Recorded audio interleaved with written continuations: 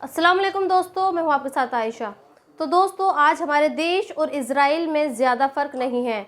एक तरफ इज़राइल है जो टेंट में रहने वाले लाचार और बेबस लोगों पर बम फेंक रहा है, उन्हें ज़िंदा जला रहा है, और दूसरी तरफ हमारा देश है जहाँ इस तरह की भीड़ उनके खुद के साथ रहने वाले मुसलमानों के खून की प्यासी बनी हुई है। आज मैं आपको ये बताऊंगी कि क्यों आज हमारे देश में ऐसी फिल्में नहीं बनती जो देश के लोगों को ये बताएं कि धर्म के नाम पर उन्हें कौन लड़वाता है। लेकिन सबसे पहले आज की बहुत बड़ी खबर आपको बताती हूँ। दरअसल आज जिन लोगों को ये लगता है कि लॉरेंस बिश्नोई गैंग जो ये दावा करता है कि बाबा सिद्दीकी की हत्या उसने करवाई है, उन्हें आज ये खबर देखनी चाहिए। कल कनाडा की पुलिस ने एक प्रेस कॉन्फ्रेंस की और ये खुलासा किया कि भारत सरकार के एजेंट कनाडा में आतंक फैलाने के लिए, ये वर्ड को याद रखिएगा, आतंक फैलाने के लिए लॉरेंस बिश्नोई गैंग के साथ मिलकर काम कर रहे हैं।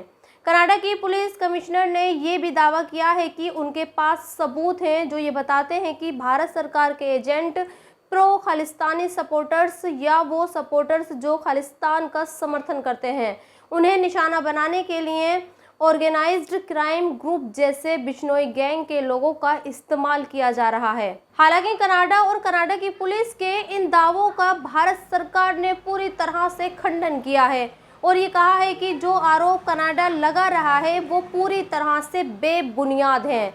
हम भी अपनी सरकार के साथ हैं, लेकिन आज बहुत सारे लोग ये सवाल उठा रहे हैं। जैसे इंडिया टुडे की पत्रकार और एंकर ये कह रही हैं कि ये वाकई बहुत ही चौंकाने वाला है कि एक गैंगस्टर जो जेल में बंद है उसका इस्तेमाल अंतर्राष्ट्रीय स्तर पर खालिस्तान के सपोर्टर्स को टारगेट करने के लिए किया जा रहा है। अब उस सवाल पर लौटते हैं जिसका जिक्र मैंने शुरू में किया था कि बाबा सिद्दीकी की हत्या लॉरेंस बिश्नोई ने क्यों करवाई। बाबा को मारकर लॉरेंस को क्या फ़ायदा होगा? तो फिर इस सवाल का जवाब यही हो सकता है कि जिस तरह से लॉरेंस बिश्नोई गैंग का फ़ायदा विदेशों में भारतीय एजेंट्स के साथ मिलकर काम करने में नहीं है, ठीक उसी तरह से लॉरेंस का फ़ायदा बाबा सिद्दीकी की हत्या में भी नहीं है।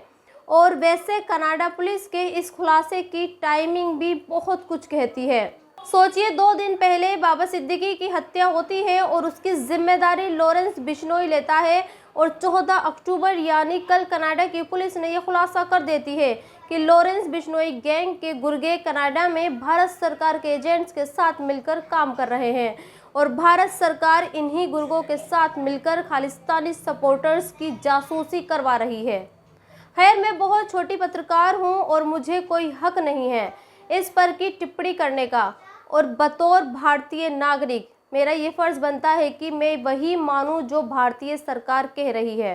लिहाजा हम भी कनाडा के उन आरोपों का खंडन करते हैं। लेकिन हाँ, आज मैं आपको इतना ज़रूर बताना चाहती हूँ कि हमारे देश के हालात भी ठीक नहीं हैं, और अफसोस की बात यह है कि इन हालातों को ठीक करने के लिए हमारे पास बॉलीवुड की फिल्मों की तरह कोई हीरो नहीं है, बल्कि धर्म के नाम पर हो रहे दंगों में सभी विलेन हैं।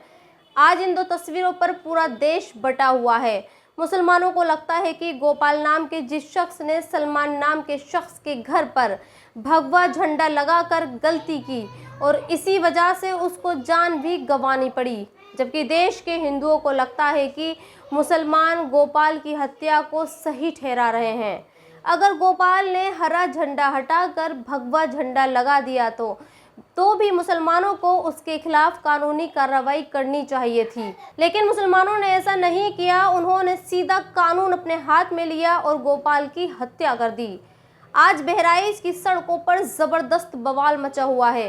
गोपाल का बदला लेने के लिए लोग कुछ भी कर रहे हैं और कई मौक़ों पर पुलिस भी इन्हें रोकने में नाकाम रही है। इसलिए आज मैं ये कह रही हूँ कि आज हमारे देश को बॉलीवुड के एक फिल्मी हीरो की ज़रूरत है जो हमारे देश के लोगों को ये बताए कि धर्म के नाम पर लड़ोगे तो नुकसान सिर्फ अपना करोगे, और जो लोग तुम्हें धर्म के नाम पर लड़वाना चाहते हैं, ज़रा उनके बच्चों को देखो, शान से पढ़ लिख रहे हैं, और आप लोग उन्हीं के कहने में आकर अपने ही पड़ोस में रहने वाले, आपके सुख दुख में साथ देने वाले अब्दुल के घर भगवा झंडा लगा रहे हो।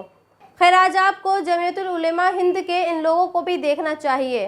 माशाअल्लाह साफ शफाफ कपड़े पहने ये लोग उस मीटिंग में हिस्सा लेने के लिए पहुंचे हैं जो वक्फ बोर्ड के संशोधित बिल के लिए बुलाई गई थी। इन लोगों ने शानदार और आलीशान एयर कंडीशनर वाले रूम में बैठकर मीटिंग की और सरकार की बनाई कमेटी को ये बताया कि वक्फ बोर्ड के खिलाफ जो बिल लाया जा रहा है वो गलत है, उससे मुसलमानों का नुकसान होगा। लेकिन हकीकत तो ये है कि जिस वक्त ये लोग साफ शफाफ कपड़े पहने मुसलमानों के हमदर्द मीटिंग कर रहे थे, उस वक्त उत्तर प्रदेश के बहराइच में मुसलमानों के घरों में छुप कर बैठे थे, उन पर मौत का साया मंडरा रहा था। वो बंद दरवाजों के पीछे अपनी जान की भीख मांग रहे थे। एक भीड़ उन्हें जिंदा जलाने के लिए उतावली थी। सोचिए, अगर ये मुसलमानों के सच्चे हमदर्द होते तो कल ये दिल्ली के वक्फ बोर्ड के बिल को लेकर मीटिंग नहीं करते, बल्कि ये बहराइच जाते और वहाँ के प्रशासन से ये गुहार लगाते कि मुसलमानों के साथ कोई ज्यादती नहीं होनी चाहिए। लेकिन उन्होंने ऐसा नहीं किया। ये लोग वक्फ की ज़मीनों को बचाने के लिए दिल्ली चले गए, क्योंकि ये जानते थे कि अगर वक्फ की ज़मीनों के खिलाफ कानून आ गया तो फिर इनके हाथ से कमाई का वो जरिया भी निकल जाएगा जो वक्फ की ज़मीनों को बेचकर कमाया जाता है। आज कई सारे अखबारों में ये खबर है कि बहराइच में मुसलमान पलायन कर रहे हैं और अपने बसे बसाए घरों को छोड़कर दूसरी जगह पर जा रहे हैं। लेकिन जो लोग मुसलमानों के रहबर हैं, जिम्मेदार हैं, उन्हें फिक्र वक्फ की ज़मीनों की है। खैर, आज आपको मोहम्मद ताहिर नाम के इस डॉक्टर को भी सुनना चाहिए। ये डॉक्टर जान हथेली पर रख कर गाज़ा के लोगों का इलाज कर रहा है। 11 अक्टूबर की रात को अल-अक्सा अस्पताल के बाहर जिन टेंट पर इजराइल ने बम गिराए थे और जिनमें गाज़ा के लोग जिंदा जल गए थे, ये डॉक्टर उसी वक्त उसी अस्पताल में मौजूद था। इस डॉक्टर के मुताबिक इन्होंने अपनी आंखों से जिंदा लोगों को जलते हुए देखा है और ये पहला मौका नहीं था जब इजराइल ने टेंट में रह रहे लोगों पर बम गिराए, बल्कि वो इससे पहले भी कई दफ़ा मासूम और निहत्थे लोगों को मरने के लिए बम गिरा चुका है। लेकिन अफसोस इस बात का है कि इजराइल जिंदा लोगों को जला भी रहा है और उसे सही भी ठहराया जा रहा है। कल ही इजराइल की सेना का एक बड़ा अधिकारी पूरी दुनिया को ये बताने की कोशिश करता है कि देखिए साहब, हिजबुल्लाह के लड़ाके बंकर्स बनाकर रहते हैं, वहाँ वो हथियार रखते हैं। सोचिए, मासूम बेगुनाह लोगों को जिंदा इजराइल जला रहा है और दुनिया को हिजबुल्लाह के ठिकाने दिखा रहा है। ये ठीक वैसे ही हो रहा है जैसे आज हमारे देश में लोग ये कह रहे हैं कि मुसलमानों का कोई मोहल्ला नहीं होता। हिंदू जहाँ से चाहेंगे, जिस गली मोहल्ले से चाहेंगे, वहाँ से अपनी धार्मिक यात्राएं निकालेंगे। और अगर ये हिंदू मस्जिदों या फिर घरों पर भगवा झंडा लहराते हैं और मुसलमानों को मारने काटने की बात भी करते हैं, तो मुसलमानों को ये हक नहीं है कि वो पलटकर जवाब दें, क्योंकि ये देश राम का है और यहाँ मुसलमानों का कोई मोहल्ला नहीं है। इसलिए आज मुझे ये कहना पड़ रहा है कि इजराइल और हमारे देश में ज़्यादा फ़र्क नहीं रह गया है। और अगर आप इस धार्मिक गीत को सुनेंगे तो आपको ये अंदाज़ा लग जाएगा कि अब गीतों के ज़रिए भी मुसलमानों को देश से भगाने की तैयारी शुरू हो चुकी है। ये गीत मैं आपको नहीं सुनवा सकती, लेकिन हाँ, इस गीत को आप मेरे डिस्क्रिप्शन में जाकर जो लिंक है उस पर क्लिक करके सुन सकते हैं, जिसके बोल कुछ इस तरह के हैं। अगर भगवा से डर लगता है तो भारत छोड़ दो, पाकिस्तान चले जाओ।